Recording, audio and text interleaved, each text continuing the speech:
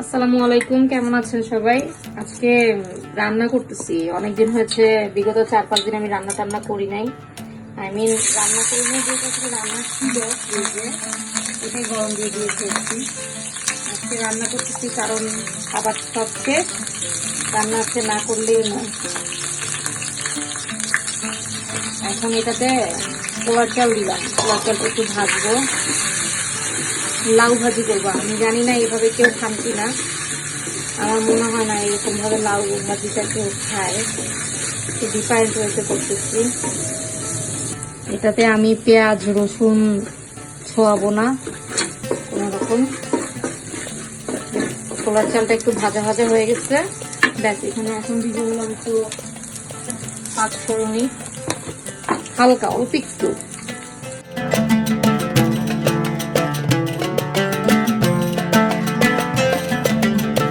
এখানে আছে সব পেঁয়াজ মরিচ এগুলি কাটা। পেঁয়াজ রসুন দিব না, তাই আমি শুধু একটু কাঁচামরিচ দিচ্ছি ভালোর জন্য। একটু অল্প একটু সামান্য পরিমাণ একটু হলুদ দিব। প্লিজ ইগনোর মাই হান্ডি পাতিল, এগুলা আপনারা নজরে নেবেন না, বিকজ এগুলো অনেক আগের হান্ডি পাতিল। নতুন যেগুলো স্টকে আছে ওগুলো আমি আসলে খুব একটা বের করি না। এখন দিয়ে দিব লাউ ভাজিটা। এভাবে করে আপনারা একদিন খেয়ে দেখতে পারেন, ভালো লাগে, টেস্টটা খারাপ লাগে না। আসলে এক একজনের টেস্ট বাইট এক এক রকম, তো কার কোনটা ভালো লাগবে কার কোনটা ভালো লাগবে না এটা আসলে বলা যায় না।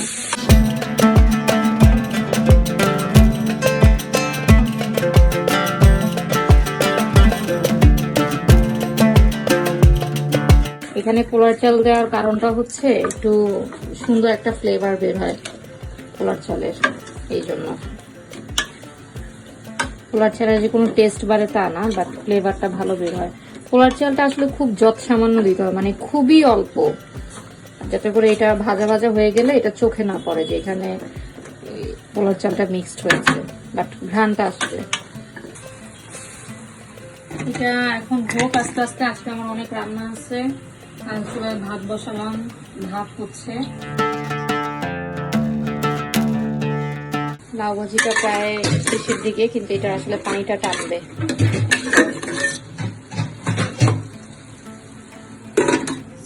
থাকুক লাউ ভাজিটা ওদিকে হচ্ছে, হোক। এই ফাঁকে আমি এখানে বোয়াল মাছ ভুনা করবো। বোয়াল মাছটা বসাই দিই, সরিষার তেল দিয়ে করবো।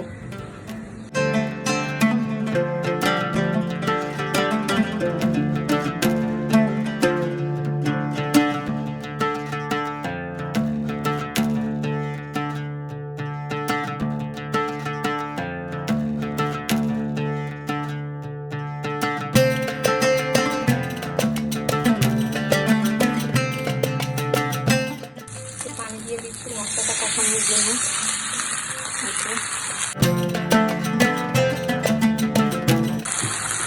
হলুদের গুঁড়ি দিয়ে জিরা বাটা, আদা বাটা,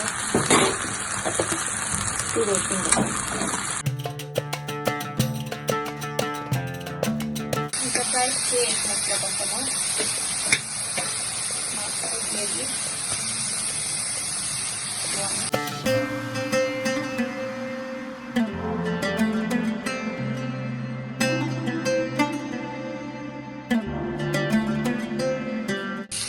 আলু দিব, আলুটা আরো আগেই দেওয়া উচিত ছিল, বাট আমি ভুলে গিয়েছিলাম আলুর কথা।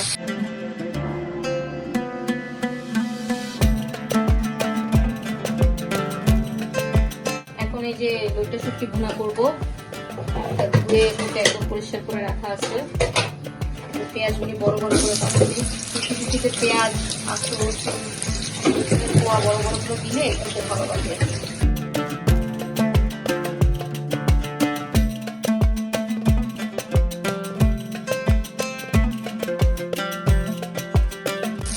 পানি দিয়ে দিব।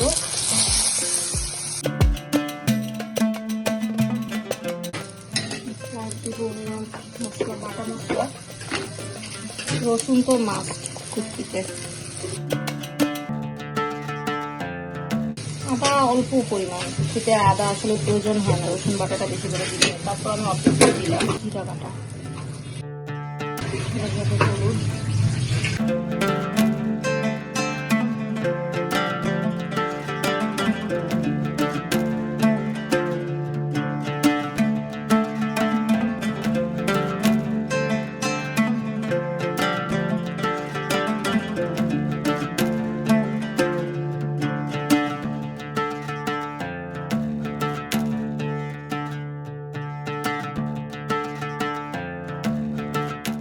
মরিচ গুঁড়ি দিয়ে দিলাম, কারণ শুটকি খুব ফ্রাই ফ্রাই না হলে খেতে ভালো লাগবে না।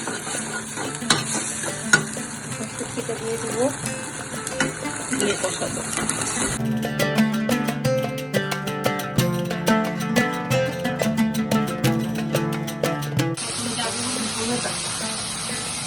ধনিয়া পাতা,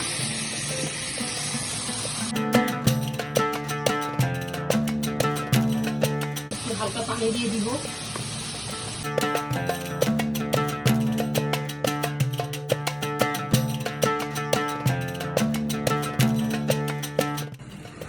ফাইনালি বোয়াল মাছের কারি শেষ রান্না।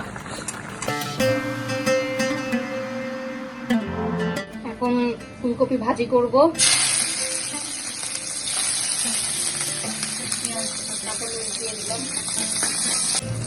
পেঁয়াজের কাঁচামরিচ দিয়ে একটু ভেজে নিলাম, ফুলকপিটা দিয়ে দিব।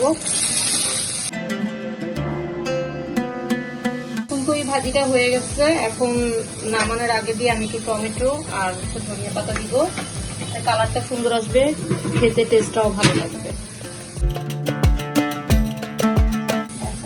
হালকা একটু 5 মিনিটের মতো দমে রেখেই নামিয়ে ফেলবো। ভর্তা বানাচ্ছে আমার বড় প্রিয় মানুষ, সে হচ্ছে মাইমুনার মা। তাহলে কিভাবে খান আমি আসলে জানি না, অনেকেই ধনিয়া পাতাটা একটু ভাজা দিয়ে নেয়, বাট আমি আজকে ভাজবো না, আমি আজকে কাঁচাই ভর্তা করবো। এই হচ্ছে বোয়াল মাছের ফাইনাল লুক। তারপর এটা হচ্ছে যে সেই জনপ্রিয় মোস্ট পপুলার ধনিয়া পাতা ভর্তা, আমাদের কাছে, সবার কাছে নাও হতে পারে, আমি ভর্তা ভর্তা খুবই পছন্দ করি। তারপর এটা হচ্ছে লাউ ভাজি, এটা হচ্ছে লইট্টা শুটকি ভুনা,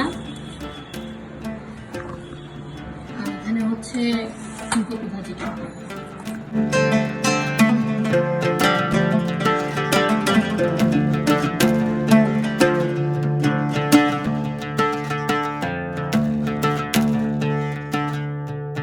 এই তো খাওয়া দাওয়া করতেছি এখন সবাই,